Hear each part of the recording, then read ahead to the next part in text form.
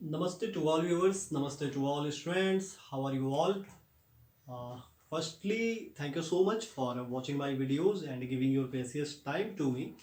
And secondly, I want to wish you all a very happy Republic Day.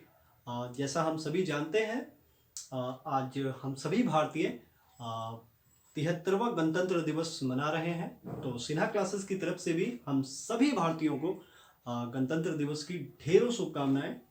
और जितने भी बच्चे हैं जिनकी आगामी परीक्षाएं हैं उन सबको भी बहुत सारी शुभकामनाएं। उम्मीद करूंगा कि आपकी तैयारियां बहुत अच्छी होंगी और आप फ्यूचर में बहुत अच्छे मार्क्स लेकर आएंगे। देखिए, आज जो मेरा कंटेंट है, जो मैंने आपसे बात करने के लिए चुना है, वो आज का डेट ही है और आज के डे को ही मैंने चुना है, रिपब्लिक डे। और एक भारतीय होने के नाते मैं ये चाहूँगा कि हम सभी भारतीयों को ये जरूर पता हो कि क्या रिपब्लिक डे होता है और क्यों ये सेलिब्रेट किया जाता है और इसके पीछे का इतिहास क्या है। सबसे पहले तो आप एक बात समझ लें कि जब आप रिपब्लिक के बारे में पढ़ेंगे तो सबसे पहले अर्लीस्ट टाइम में आपको एक रोमन रिपब्लिक दिखेगा। उसका मॉडर्न टाइम में जो रिपब्लिक सेंस है उससे कोई लेना देना नहीं है। अगर आप इक्वेट करेंगे तो ये मेरे ख्याल से एक तरह का कॉन्ट्राडिक्शन पैदा हो जाएगा। तो बिल्कुल कोई, मुझे लगता ही नहीं कि उसका कोई मीनिंग है कि रोमन रिपब्लिक से आज के मॉडर्न सेंस के रिपब्लिक को कंपेयर किया जाए। समझना ये है कि रिपब्लिक डे में जो टर्म आता है रिपब्लिक, आप बड़े ध्यान से इसको समझिएगा। रिपब्लिक एक लैटिन फ्रेज है रेस पब्लिका, जिससे आता है, जिसका मीनिंग होता है पब्लिक अफेयर।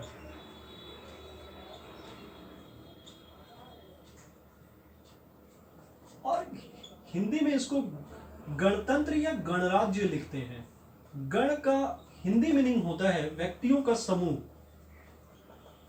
व्यक्तियों का समूह।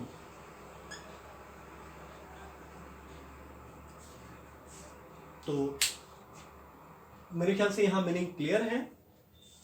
देखिए, ब्रिटिश इंडिया से इंडिया का एक सॉवरेन सेक्युलर डेमोक्रेटिक रिपब्लिक बनना एक आसान काम तो था नहीं। और ये एक बहुत बड़ी यात्रा थी, बहुत लंबी और बहुत ऐतिहासिक। It was an historical journey कि वहां से इंडिया एक डेमोक्रेटिक रिपब्लिक बना। तो बहुत सारे ऐसे भी लोग हैं जो ये समझते हैं कि स्वतंत्रता और गणतंत्र एक ही चीज है। तो ऐसा बिल्कुल नहीं है। स्वतंत्रता एक अलग मैटर है और गणतंत्र होना, गणराज्य होना एक अलग मैटर है।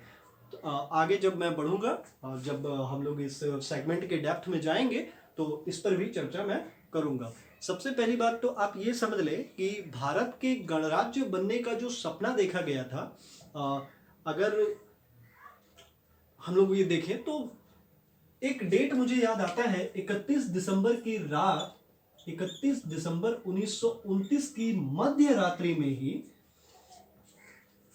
लाहौर कांग्रेस सेशन, ये दिमाग में रखना है, लाहौर कांग्रेस सेशन में ही एक निर्णय लिया गया था।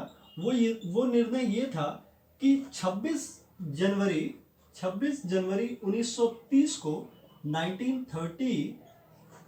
26 of January 1930 would be observed as complete Independence Day। इस तिथि को पूर्ण स्वराज्य दिवस मनाया जाएगा।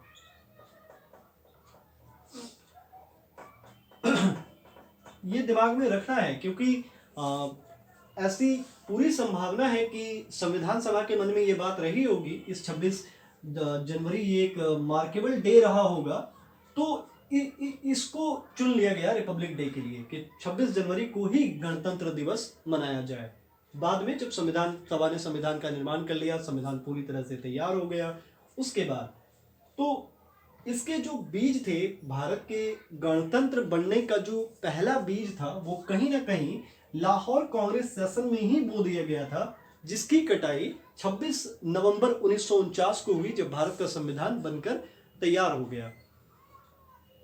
अब जैसा मैंने आपसे कहा कि भारत की आज़ादी और भारत के गणराज्य बनने का सफ़र इतना आसान था नहीं।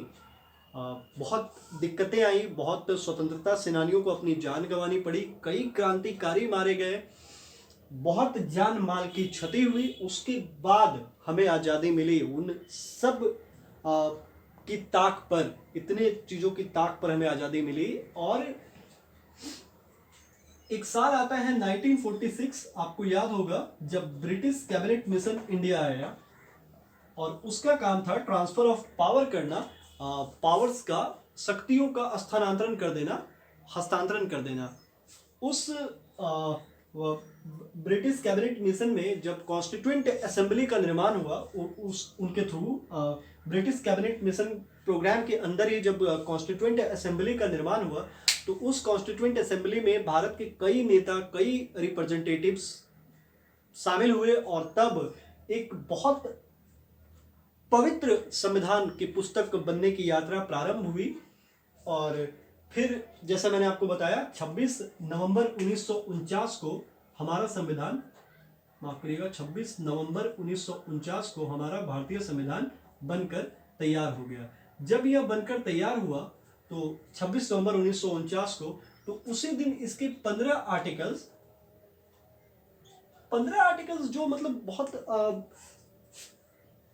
few provisions related to elections, related to citizenship, और जो ऐसे थे जो नागरिकता से जुड़े थे, जो चुनाव से जुड़े हुए थे, एंड जो टेम्पररी थे, अस्थायी थे, इस तरह के कुछ 15 सेक्शंस उस दिन लागू हो गए थे। संविधान की जब प्रस्तावना पढ़ेंगे आप, तो उसमें अंतिम में आपको 3 बातें दिखाई देंगी, 3 चीजें दिखाई देंगी। एक तो एडॉप्ट दिखाई देंगी, लिखा हुआ एडॉप्ट, एक इनैक्ट लिखा हुआ दिखाई देगा, एंड एक लिखा हुआ दिखाई देगा गिव टू आवरसेल्व्स। इसका मतलब होता है आत्मा अर्पित करना, हम सभी आत्मा अर्पित करते हैं। तो उस दिन ये 15 आर्टिकल्स को अडॉप्ट कर लिया गया था और बचे हुए सारों को 26 जनवरी 1950 को कर दिया गया, और उसी दिन इंडिया पॉलिटिकली फ्री हो गया, आजाद हो गया। ये ध्यान रखना है। तो जब ये समझना हो इंडिपेंडेंस और गणतंत्र, गणराज्य, रिपब्लिक के बीच, तो आप एक परसेप्शन है उसको ध्यान में रखिएगा। वो परसेप्शन कुछ इस तरह से है, ऑल्दो इंडिया बिकेम फ्री और independent on 15th of August 1947, but it enjoyed the true spirit of independence on 26th of January 1950। ये ध्यान में रखना है कि भले ही इंडिया, भारत आजाद हो गया हो 15 अगस्त 1947 को, लेकिन आजादी का गुड़ इसने चखा पूरी तरह से 26 जनवरी 1950 को, because on this day India became politically free, India got political freedom. पूरी तरह से इंडिया को राजनीतिक आजादी मिल गई और इंडिया बन गया सेक्युलर, ये ध्यान रखना है, सेक्युलर, सॉवरेन, डेमोक्रेटिक रिपब्लिक, ये ध्यान रखना है। तो इस 4 टर्म को क्लियर करना बहुत जरूरी है, जरा समझिएगा। सेक्युलर का मतलब होता है धर्मनिरपेक्ष, जिसमें कि राष्ट्र का अपना कोई धर्म ना हो। इसका मतलब साफ है कि वो किसी भी धर्म को बढ़ावा नहीं देगा और विद इन द स्टेट और कंट्री सभी धर्मों को इक्वली ट्रीट किया जाएगा। तो ऐसे कई पॉइंट्स हैं जिस पर कि यह सिद्ध हो सकता है, मैं सिद्ध कर सकता हूं कि हमारा भारत इनक्रेडिबल है कई मामलों में।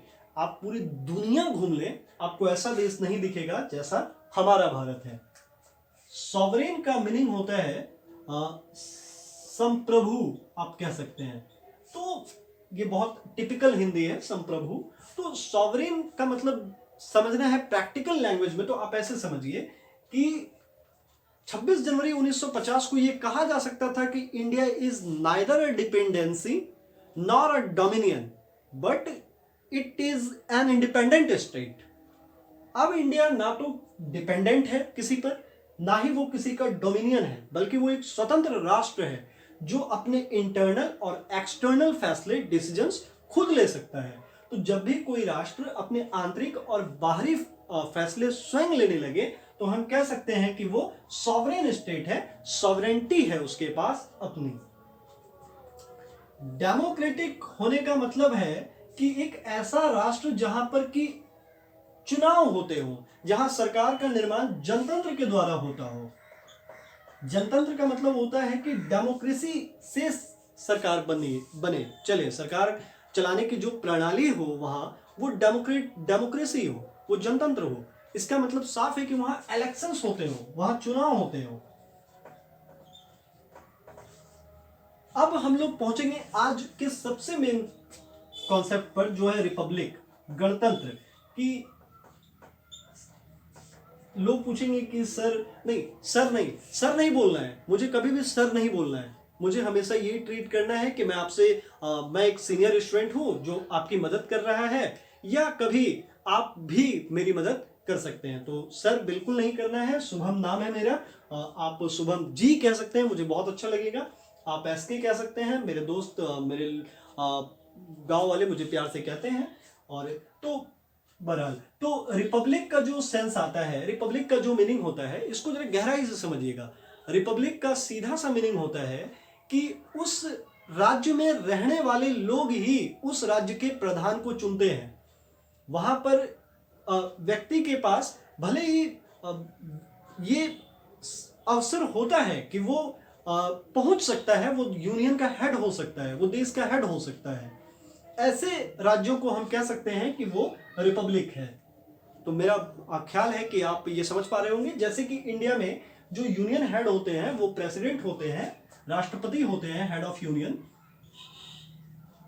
और वो इलेक्टेड होते हैं। ये ध्यान रखना है कि प्रोपोर्शनल रिप्रेजेंटेशन के थ्रू जो हमारे देश की सरकार है, संसद है, और उसमें से जो निर्वाचित इलेक्टेड कैंडिडेट्स होते हैं, एमपीज, एमएलएज, वो चुनते हैं प्रेसिडेंट को, हमारे देश के राष्ट्रपति को।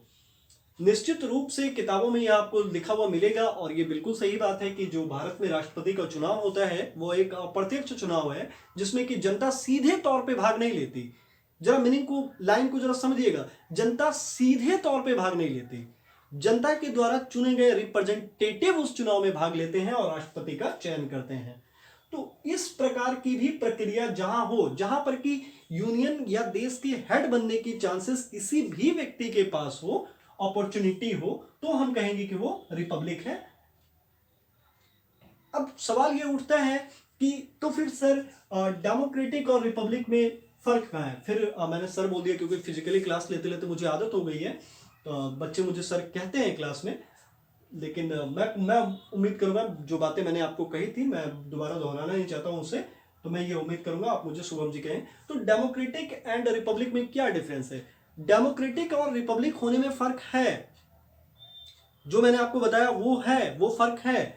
और अगर एग्जाम्पल आपको चाहिए, आप एग्जाम्पल देखना चाहें डेमोक्रेटिक और रिपब्लिक का, तो आपके पास एक एग्जाम्पल मिलेगा यूनाइटेड किंगडम का। लाइसेंसली लोग इसे ब्रिटेन भी कहते हैं, इंग्लैंड भी कहते हैं, लेकिन टेक्निकली इसे यूनाइटेड किंगडम कहना ही उचित है। तो यूनाइटेड किंगडम में आप जानते हैं कि वहां डेमोक्रेसी है, वहां डेमोक्रेसी है, लोकतंत्र है, जनतंत्र है, लेकिन वो रिपब्लिक नहीं है, क्योंकि वहां क्राउन का शासन है, वहां राजा रानी है, और आप जानते हैं कि वो एक राजतंत्र है। राजा, फिर उसका बेटा, फिर उसका बेटा, फिर उसका बेटा। हालांकि ये समझ से बाहर है, 21वीं सदी में ये बात समझ से बाहर है, लेकिन फिर भी है तो है।